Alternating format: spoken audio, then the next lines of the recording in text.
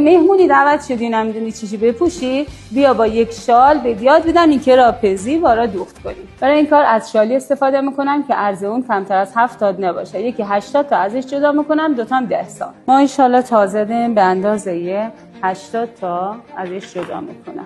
پارچه رو دولا میکنم و 80 سانت جدا میکنم. پهنای کارمون حتما 70 تا باشه.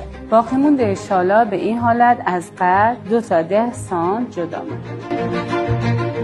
به این حالت تا میزنم. این قسمتی که 4 لایه ما لبدوز شده، از این قسمت 5 سانت تا 6 سانت میام بالا و به صورت هلال به این قسمتی که باز کرده بودم خطی را رسم میکنم و این اضافه را قیچی میکنم.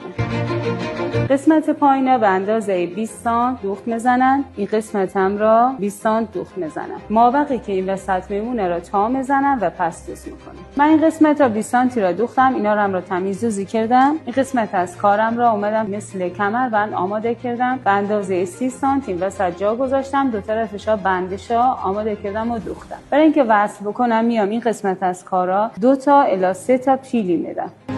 ببینید 2 تا پیلی به وسط دست، این سمتم 2 تا پیلی به این حالت میدم. جوری باشه که از اینجا تا اینجا حداقل 35 تا 37 سانت برام بمونه. خب ببینید من این قسمت پیلیا را اومدم دادم و بعد این کمری را به این حالت دوخت کردم.